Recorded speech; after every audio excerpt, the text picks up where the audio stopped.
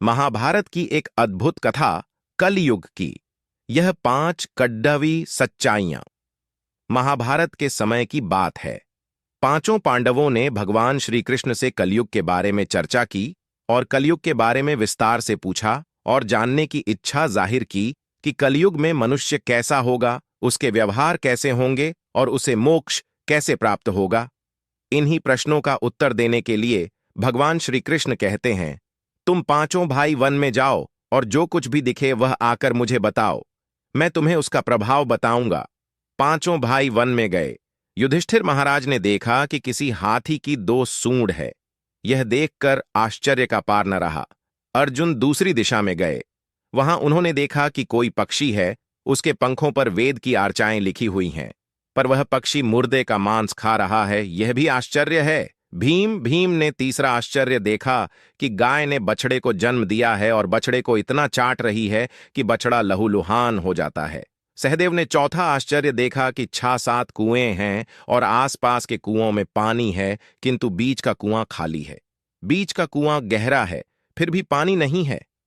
पांचवें भाई नकुल ने भी एक अद्भुत आश्चर्य देखा कि एक पहाड़ के ऊपर से एक बड़ी शिला लुढ़कती लुढ़कती आती और कितने ही वृक्षों से टकराई, पर उन वृक्षों के तने उसे रोक न सके। कितनी ही अन्य शिलाओं के साथ टकराई, पर वह रुक न सकी। अंत में एक अत्यंत छोटे पौधे का स्पर्श होते ही वह स्थिर हो गई। पांचों भाइयों के आश्चर्यों का कोई पार नहीं। शाम को वे श्री कृष्ण के पास गए और अपने अलग अलग दृश्यों का वर्णन किया। युधिष्ठिर कहते हैं, मैंने 2 सूंड वाला हाथी देखा तो मेरे आश्चर्य का कोई पार न रहा। तब श्री कृष्ण कहते हैं, कलयुग में ऐसे लोगों का राज्य होगा जो दोनों ओर से शोषण करेंगे, बोलेंगे कुछ और करेंगे कुछ। ऐसे लोगों का राज्य होगा, इससे तुम पहले राज्य कर लो। अर्जुन ने आश्चर्य देखा कि पक्षी के पंखों पर वेद की आर्चाएं लिखी हुई हैं और पक्षी मुर्दे का मांस खा रहा है। इसी प्रकार कलयुग में ऐसे लोग रहेंगे जो बड़े बड़े पंडित और विद्वान कहलाएंगे, किंतु वे यही देखते रहेंगे कि कौन सा मनुष्य मरे और हमारे नाम से संपत्ति कर जाए।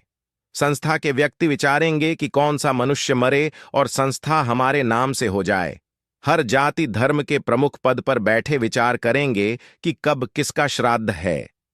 चाहे कितने भी बड़े लोग होंगे, किंतु उनकी दृष्टि तो धन के ऊपर ही रहेगी। ऐसे लोगों की बहुतायत होगी जो परधन को हरने और छीनने को आतुर होंगे, और कोई कोई विरला ही संत पुरुष होगा। भीम ने तीसरा आश्चर्य देखा कि गाय अपने बछड़े को इतना चाटती है, बछड़ा लहूलुहान हो जाता है। कलयुग का आदमी शिशुपाल हो जाएगा। बालकों के लिए इतनी ममता करेगा कि उन्हें अपने विकास का अवसर ही नहीं मिलेगा।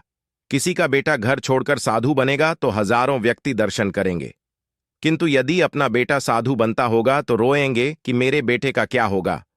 इतनी सारी ममता होगी कि उसे मोहमाया और परिवार में ही बांध कर रखेंगे और उसका जीवन वहीं खत्म हो जाएगा। अंत में बेचारा अनाथ होकर मरेगा। वास्तव में लड़के तुम्हारे नहीं हैं, वे तो बहुओं की अमानत हैं। लड़कियां जमाइयों की अमानत हैं और तुम्हारा यह शरीर मृत्यु की अमानत है। तुम्हारी आत्मा परमात्मा की अमानत है। तुम अपने शाश्वत संबंध को जान लो बस। सहदेव ने चौथा आश्चर्य यह देखा कि 5-7 भरे कुएं के बीच का कुआं एकदम खाली। कलयुग में धनाढ़े लोग लड़के लड़की के विवाह में, मकान के उत्सव में, छोटे बड़े उत्सवों में तो लाखों रुपए खर्च कर देंगे, परंतु पड़ोस में ही यदि कोई भूखा प्यासा होगा तो यह नहीं देखेंगे कि उसका पेट भरा है या नहीं। दूसरी ओर मौज मौज में शराब, कबाब, फैशन और व्यसन में पैसे उड़ा देंगे, किंतु किसी के 2 आंसुओं पोंछने में उनकी रुचि न होगी, और जिनकी रुचि होगी उन पर कलयुग का प्रभाव नहीं होगा, उन पर भगवान का प्रभाव होगा। 5वां आश्चर्य यह था कि एक बड़ी चट्टान पहाड़ पर से लुढ़की।